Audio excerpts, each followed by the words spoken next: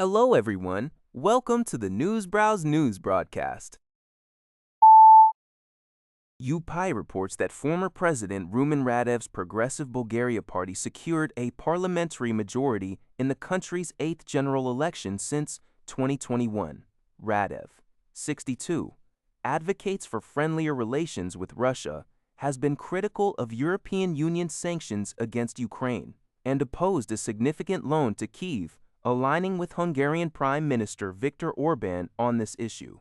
His victory follows the resignation of Prime Minister Rosen Jelyaskov in December and widespread protest over the government's budget plans. Radev, in his victory speech, pledged a strong Bulgaria in a strong Europe, emphasizing critical thinking, pragmatic actions, and a new security architecture.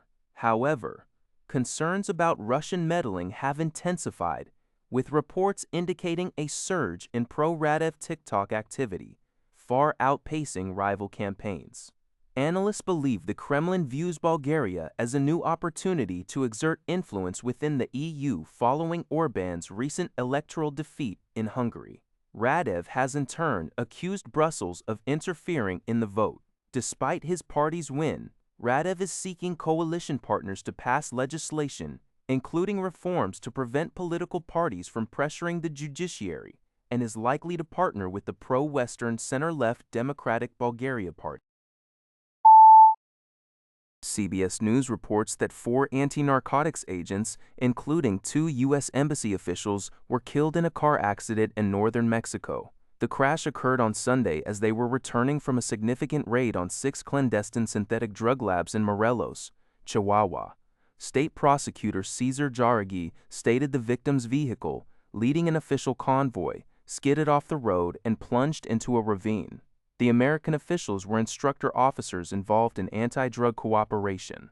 Jauregui described the dismantled labs as one of the largest sites found in the country where chemical drugs were produced.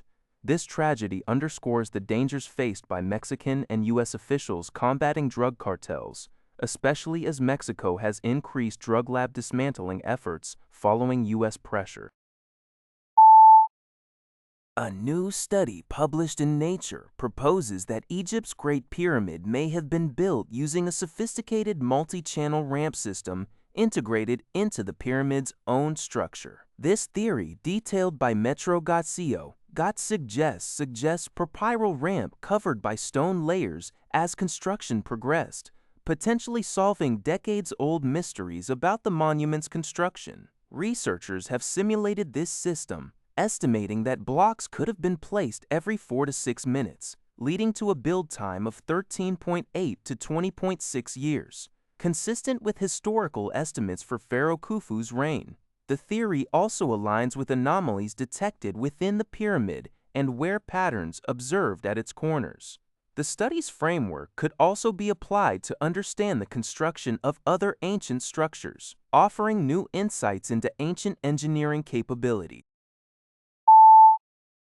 Fox Business reports that Meta is poised to invest $600 billion in artificial intelligence, a move anticipated to profoundly alter the landscape of jobs and America's workforce.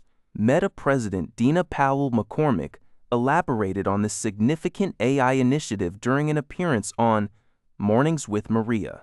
She highlighted the potential of AI innovation, acknowledged associated threats, and provided details on Meta's newly introduced Muse Spark model.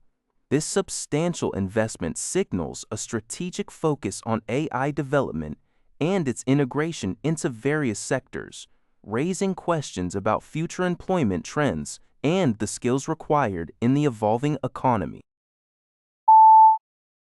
A humanoid robot, aptly named Lightning, has made history by beating the human half-marathon world record in Beijing, CBS News reports. Developed by Chinese smartphone company Honor, Lightning completed the 13-mile, 21-kilometer Beijing E-Town Robot Half Marathon in just over 50 minutes, significantly faster than the human world record of over 57 minutes. This event saw dozens of robots, some autonomous and some remotely controlled, compete on a parallel course separate from human runners to prevent collisions. while not entirely flawless, with some robots stumbling or veering off course. The organizers highlighted the remarkable progress compared to the previous year when many struggled to finish. Spectators expressed excitement over robots surpassing human capabilities and noted their impressive speed and stability. Organizers emphasized that the marathon's primary goal is to push robotics technology beyond laboratory settings, with potential applications in manufacturing, logistics, and emergency response. This Beijing Robot Half Marathon underscores how rapidly the future of robotics is transitioning from science fiction to practical sporting and industrial realities. That's all for this video. Thank you for watching. See you in the next video.